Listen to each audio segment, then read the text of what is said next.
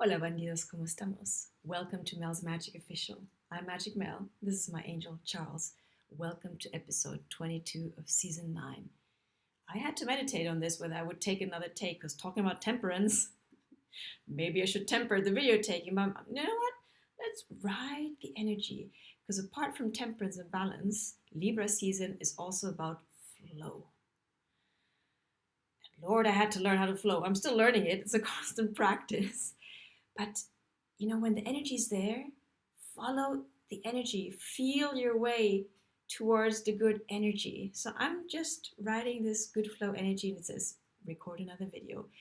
Finish season 9 with a beautiful story. And for that, I'm going to use my Law of Attraction deck. And have you seen? No hat. This is Magic Mel with like full exposure. I want to change things up a bit. I'm constantly innovating.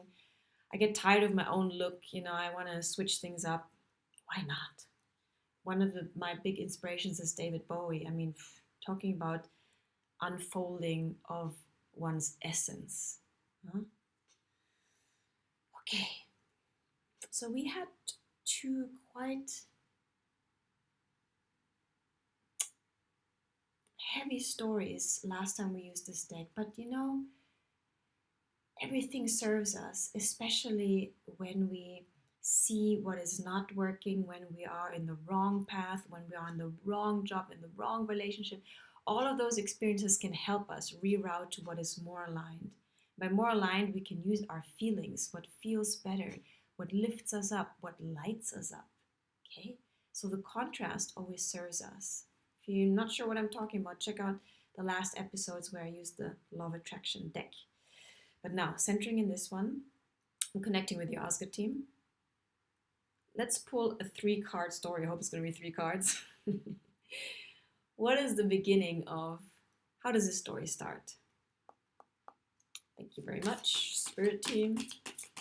I like Charles. Yes, the name is a bit, well, if your name is Charles, I mean, hey, I chose the name for a reason. I just couldn't make up any other name. He's probably, I don't know what frequency he's on, but I just had to give him a name. So Charles is good. Charles does the job. And it's one of the paintings I had downstairs. When it's time to change, we know intuitively. Like at some point, Owl, which is painting is there, it just didn't resonate anymore with how I am reflecting in the energy at this point in time. And flow has to do with constantly realigning with the energy of the moment. If we don't flow, we are attached to something from the past, something that no longer serves us. So are we willing to recalibrate to what is needed in the moment, to the flow of the moment? In the process, we rediscover ourselves. Because as we evolve, we keep on discovering new aspects of ourselves. And this journey is about getting to know ourselves. Know thyself. Okay, first card out. Flew out. Vamos allá. If you've been on my channel for a while, you know I'm tripping out now because this came out. This precise card in the precise position. And what are the chances, guys? I mean, look at this deck. It's like, what? I don't know, 80 cards? I don't know. Let's go over him again. Our main character of this story is someone who's looking rather miserable in a bar, maybe closing time. You see the waiter in the background kind of, wiping the counter, and he's having one last drink, and he doesn't look very happy. So this card came out in the reverse, meaning this character, you, if you resonate with it, you're letting go of something that doesn't serve you. In this case, it could be a toxic habit, maybe over drinking. And recalibrating really works when we find out what the underlying reason is for a certain coping mechanism.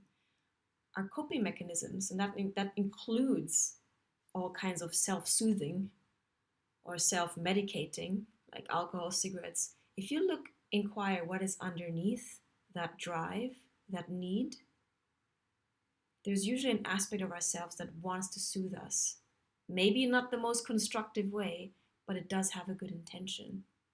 So perhaps with the recent full moon in Aries, which helped us to illuminate what no longer serves us, you've come to the realization that this toxic habit no longer serves you. It doesn't align with you anymore. I'm speaking to you because I prefer to speak to you directly. It doesn't have to resonate, but maybe it does. Tell me. Okay, this is crazy. Same card. Same beginning of the story. What comes after this card? Thank you so much. I guess repeating message means it's got to be told one more time. Maybe from a different angle. Let's see what comes out. I'm leaving it open-ended. What is the next card of this story? Next image of this story?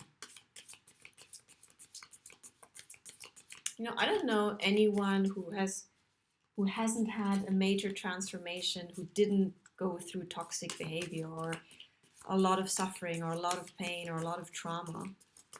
Like, who's that guy? Khalil Rafati. Read his book, I Forgot to Die. I mean, that's just like a massive 180 degrees from...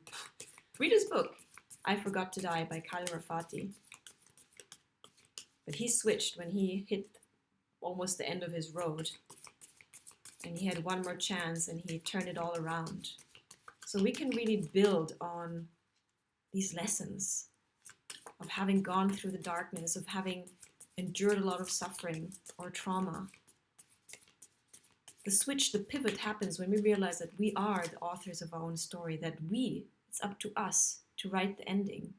It's up to us to use what has happened to us, switch the story and say, well, this happened for me. It forged me. How can I use this to forge the way forward? How can I turn all of this suffering into pearls of wisdom and share it? How can I be of service through the very lessons of my wounding? How can I be a guide to other people, knowing,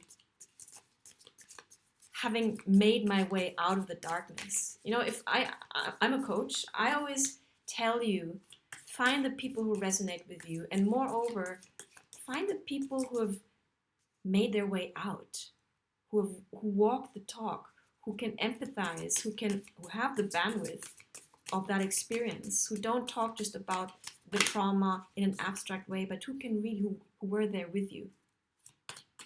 That's my 2 cents. I mean, take it or leave it. Because wisdom is forged in the crucible of our pain, of our suffering. I don't really ascribe to just academic, abstract, conceptualized knowledge. I'm after wisdom.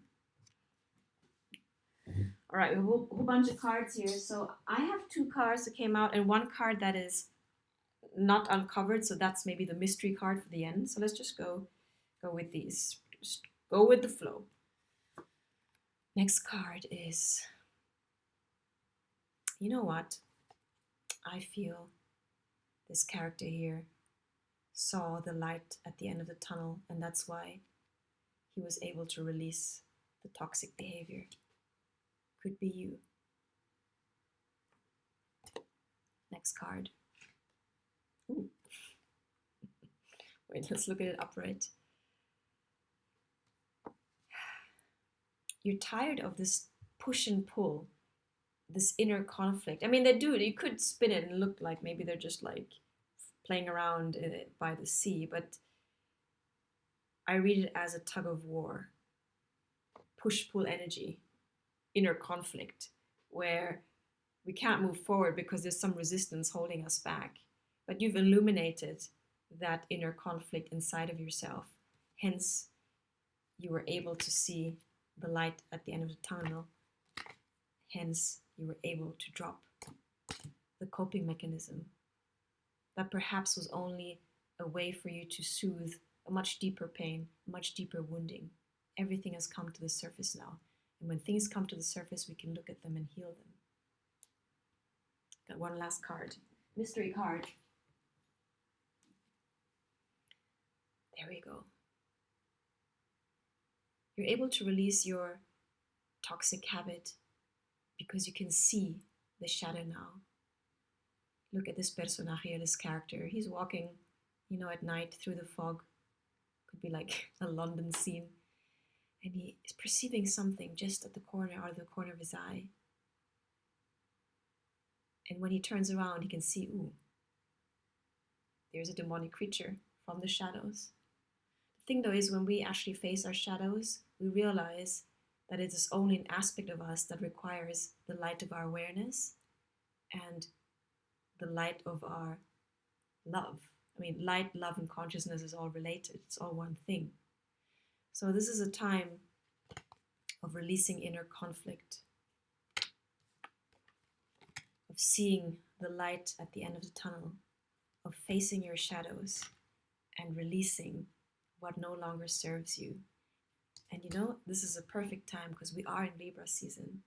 We are aided by the environmental energies to come back into balance, to release what no longer serves us, to come back into alignment, and to choose to say yes to something. As we release and say no to something, we're able to say yes to something that feels more aligned. Okay? That's my little short story here. Super short, but I feel deep nonetheless. And it's crazy that this character came back. Absolutely insane in my books. Put this again here. Okay.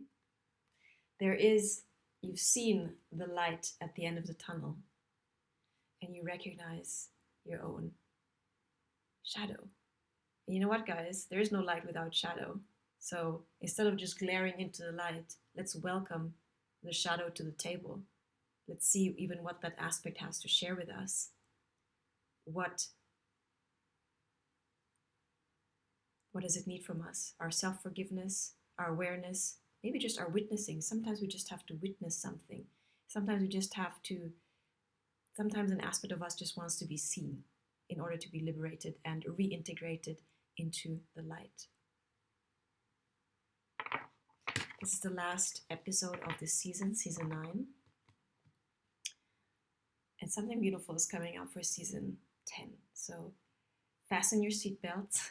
The soul is driving. Our fears are in the back. They're all welcome, our shadows, but the soul is at the steering wheel. So it's going to be a beautiful next adventure coming up. Thank you for being here. Thank you for being with me on this journey. I appreciate every one of you. Thank you for liking, sharing, and subscribing. Remember, you can be part of Magic Mel and the Love Rebels through my Patreon. And yeah, guys, let's ride the wave of the Libra energies and create balance, internal and external. Angel and I, Charles, are saluting you. Ciao, bandidos.